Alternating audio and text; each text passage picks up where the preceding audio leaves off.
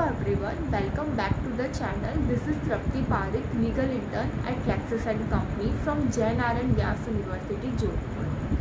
First of all, this video does not solicit any kind of promotion or advertisement, or the sole purpose of this video is educational purpose only. So, in this video, I will talk about law related to child sexual abuse. India is the most popular country in the world and is a home for 430 million children, which means 42% of the total population in India. Out of the entire population of children, 50% of the population is under care and protection. The protection from the child sexual abuse. Child sexual abuse include rape, sexual harassment, etc. And is a problem which has become a growing concern in India. It is a fact that millions of boys and girls are sexually abused within and outside their home by their relatives or by known or unknown person. In India, children children expected to obey and respect others without questioning their action. The impact of the child sexual abuse is worse in India in compared to any other country in the world. Child sexual abuse is a mental or physical violation of a child with sexual intent, generally by a person who is in the position of power and trust of the child. Child sexual abuse include firstly, an adult revealing his or her genital organ to the child and influencing the child to do the same for that. That means exhibitionism. Secondly, an adult touches the child's genital organ with the hand or with other object and persuading the child to touch their genitalia, that is touching and fondling of child. Thirdly, an adult have anal, oral and vaginal intercourse with a child with or without penetration, that means assault with including rape and sodomy. The fourth in an adult is pursuing or encouraging a child to hear, read or view any pornographic material. Fifthly, an adult forcing a child to include in any sexual activity. Sixthly, an adult marrying a minor or minor marrying another minor is considered to be forced relation. Child abuse in juvenile justice. The main aim of the Juvenile Justice Act is to consolidate and amend the law related to the juvenile in conflict with the law and children in need of care and protection by providing for proper care, protection and treatment by catering to their development needs and by providing a child-friendly approach in adjudication and disposition of the matter in the best interest of the children for their ultimate rehabilitation through various ultimate institutions established under this enactment.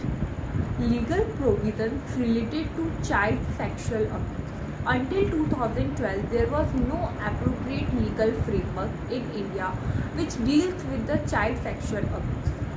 Earlier, sex crime against children were protected by the Section 354, 375, Section 377, Section 509 of Indian Penal Code 1860. Section 354 deals with the assault or criminal force to the woman with intent to outrage her modesty. Section 374 deals with the rape.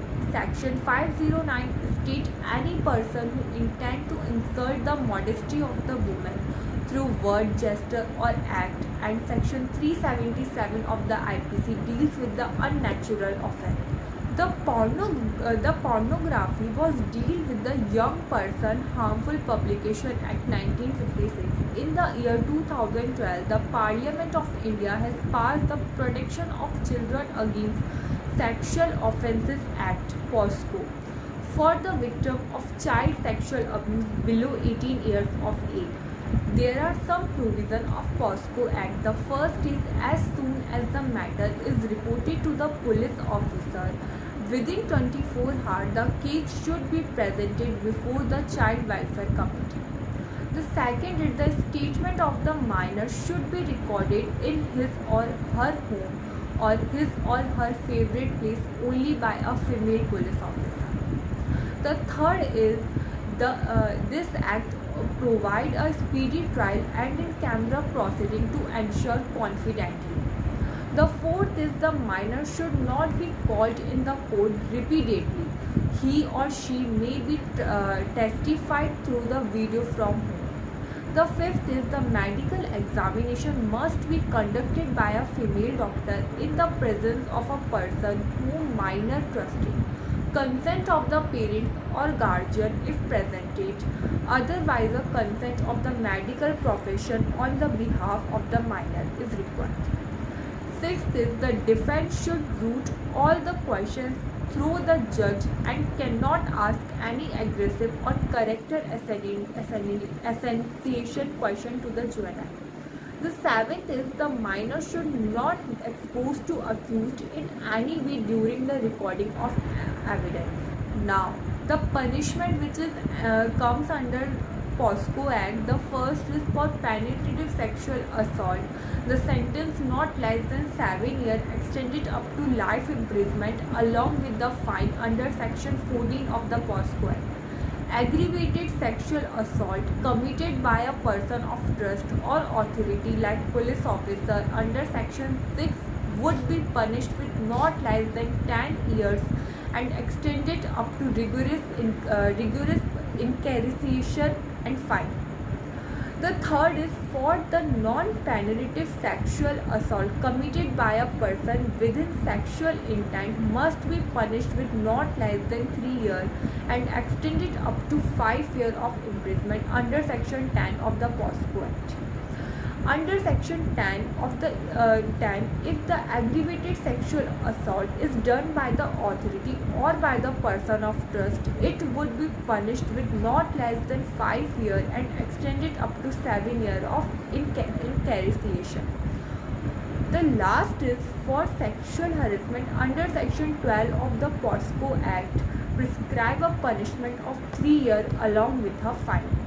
As per the section 42 of the POSCO Act, where an act or omission constituted an offence punishable under this act and also under the section 166A, 354A, 354B, 354C, 354D, section 370, section 370A, section 375, section 376 or section 376A, 376C or section 376 and 376D or section 509 of the Indian Penal Code that not withstanding anything contained in any law for the time being enforced, the offender found guilty of such offence shall be liable to the punishment under this act or under the Indian Penal Code as provide for the punishment which is greater in degree.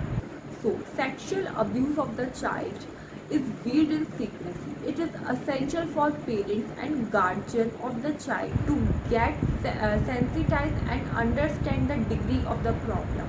It is also crucial for the parents to create a protective environment for the child and to guide their children how to protect themselves from the sexual abuse.